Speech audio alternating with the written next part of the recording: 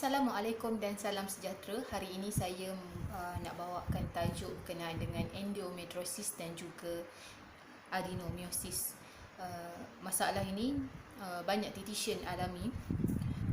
Endometriosis dan adenomyosis dia daripada punca yang sama tetapi lokasi yang berbeza. Macam mana kita nak bezakan dia?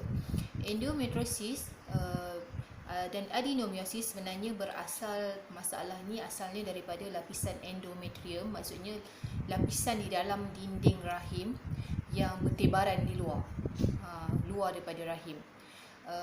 Tetapi untuk endometriosis, lapisan endometrium tu maksudnya lapisan darah haid sebenarnya, dia keluar ke bladder, ke usus dan boleh sampai ke paru-paru pun ada. So masalah ini memang agak teruk lah sebenarnya kalau dah sampai ke paru-paru tu. So bahagian lain dan dia ada stage-stage dia, stage 1 sampai stage 4. Adenomyosis pula bezanya, darah tu dia berkumpul di dalam dinding rahim yang menyebabkan rahim menjadi bengkak dan besar. Dia tak duduk di luar tapi dia duduk di dalam dinding rahim. Kalau endometriosis, dia duduk di bahagian luar. Kedua-duanya akan memberi masalah kepada dietitian untuk cuba hamil. Simptom yang biasanya yang dialami, biasanya yang ada senggugut lah, senggugut yang teruk, bukan sahaja masa period, masa ovulation, masa sebelum period. Ada orang sentiasa sakit yang berterusan di bahagian rahim dia. Ada yang mengalami period yang berpanjangan, ada yang keluar darah berketul-ketul dengan banyaknya, ada yang alami perut yang sangat kembung dengan angin, ada yang mengalami masalah keputihan yang teruk, ada yang mengalami kentut vagina juga. Tapi kebiasaannya ciri-ciri yang utama ialah perut banyak angin lah, yang itu yang saya nampak daripada sudut tradisional, iaitu angin ni berkait dengan angin medu. So angin medu ni sejenis gas yang keluar daripada usus dan perut kita yang kotor. Kebiasaannya pesakit endometriosis dan adenomyosis mempunyai masalah di bahagian usus sebenarnya nombor satu. So daripada situ dia akan efek kepada perut, akan kembung, kemudian dia akan bagi kesan senggugut yang kuat.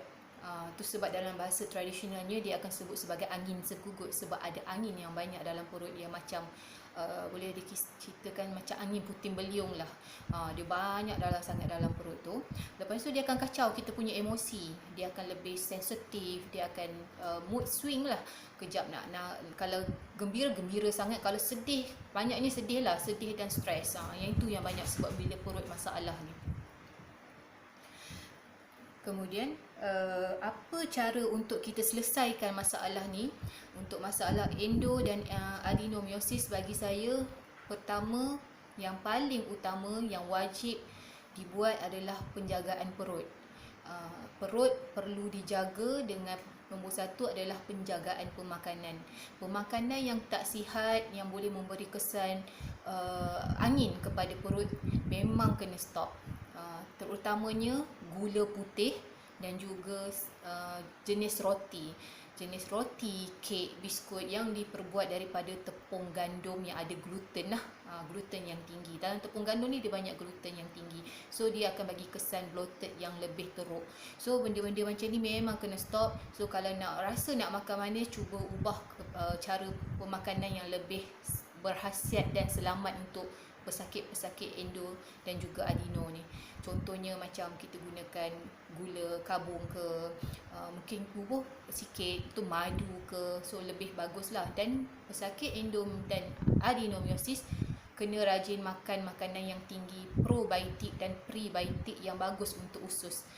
Jangan ambil jenis yang minuman culture tu, sebab takut ada gula yang banyak juga dalam tu. Sebabnya biasanya kita di dalam tu dia ada bakteria baik. So bakteria ni kebanyakannya dia orang menggunakan gula untuk hidup. So better guna pemakanan. Boleh Google tengok apa dia pemakanan yang tinggi probiotik dan prebiotik. Salah satunya adalah makanan jenis pemakanan sunnah.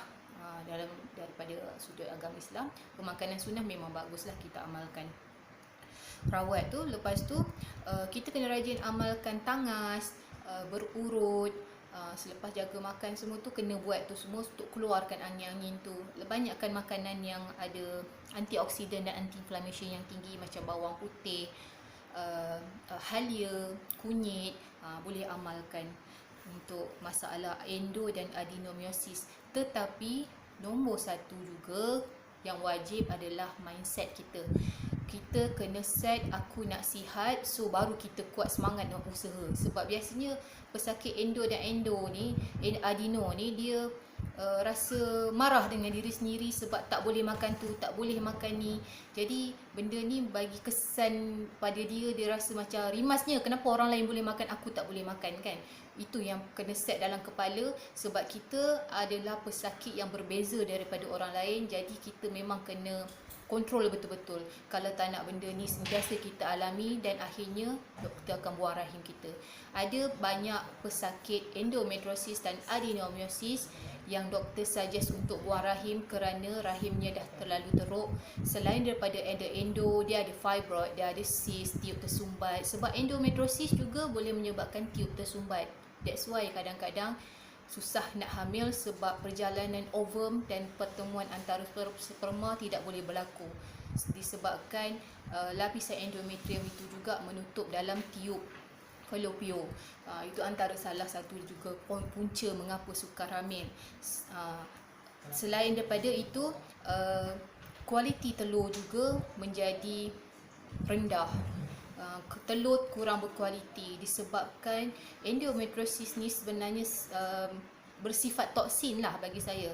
Dia bersifat toksin, jadi dia melumpuhkan perkembangan telur. So telur tu jadi tak cantik. Ibarat macam kita tanam pokok tak ada baja, so benih tu tak cantik. Jadi bila benih tak cantik, persenyawaan tak boleh berlaku juga. Selain daripada itu, apa yang dialami oleh pesakit endo dan adeno ni, ada kentut vagina yang banyak.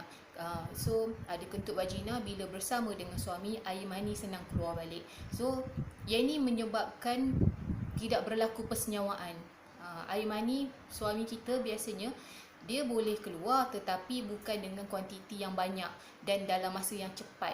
Kadang-kadang bila ada kentut vagina ni, air mani tu akan keluar balik banyak daripada kita punya rahim. Tak sempat dia nak berjumpa, berenang dan masuk ke tiup falopio dan berjumpa dengan ovum.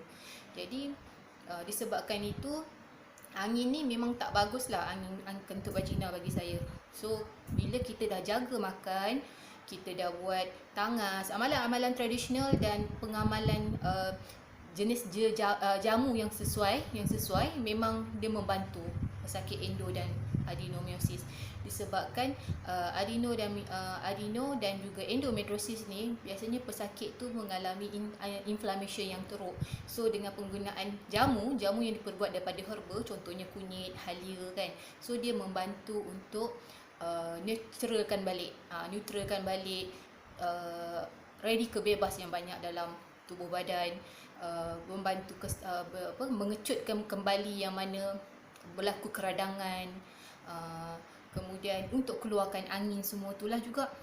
So elok amalkan secara konsisten, bukan usaha sekali terus nak okey. Biasanya dia memang ambil masa, kadang-kadang 6 bulan hingga ke beberapa tahun baru okey.